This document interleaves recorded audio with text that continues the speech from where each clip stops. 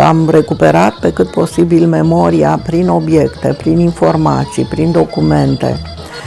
Iar acesta va fi un impact foarte mare, nu numai asupra publicului care ne vizitează, ci și asupra specialiștilor, pentru că vor avea un loc unde vor putea să se informeze.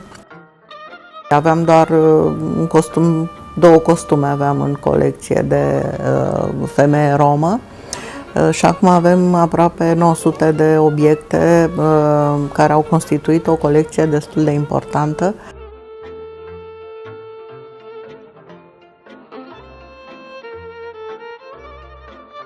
Toate activitățile au avut un farmec aparte. Am făcut cercetări de teren în peste 80 de sate, timp în care am descoperit o mulțime de oameni, peste 80-100 de oameni intervievați de către echipa noastră, după care au urmat târgurile cu participări. Cred că au fost cele mai mari târguri meșteșugărești din țară de profilul ăsta, adică cu meșteri romi. Concerte extraordinare, ce să vă zic, de exemplu a fost Damian Drăghiș cu Meditații Lăutărești, pe scenă Marius Mihalache Band. Apoi au fost cursurile, timp în care am încercat să instruim 140 de meșteri romi, folosind traineri romi, care au fost de un real succes. Apoi au fost tipăriturile. Avem albumul proiectului, catalogul dedicat expoziției din Norvegia. Fiecare cu farmecul lui și, în ultimul rând, strămutarea șurii din Vișeul de Mijloc, pe care noi încercăm să o agrementăm cu aplicații de realitate virtuală și inteligență artificială.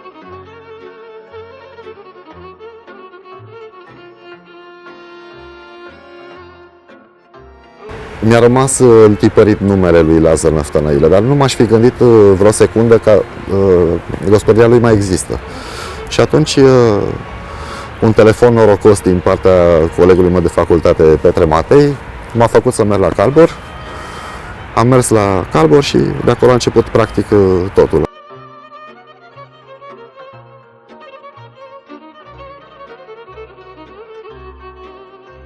Din istoria romilor, istoria scrisă, cum știm, avem de-a face cu o cultură orală mai ales. Dar iată că avem acest segment de cultură scrisă, pentru că Lazar Năftănăilă a lăsat în urma lui foarte multe și importante puneri de problemă și vedem că încă de atunci erau ceva probleme care încă nu s-au epuizat. Deci casa aceasta va rămâne și va fi, sper eu, un punct de atracție nu pentru turiștii străini, pentru publicul larg, va fi sigur, dar sigur va fi un punct pentru romii din România care vor avea aici un loc în care se vor regăsi, dar și un loc în care vor putea avea dezbateri, activități legate de condiția lor.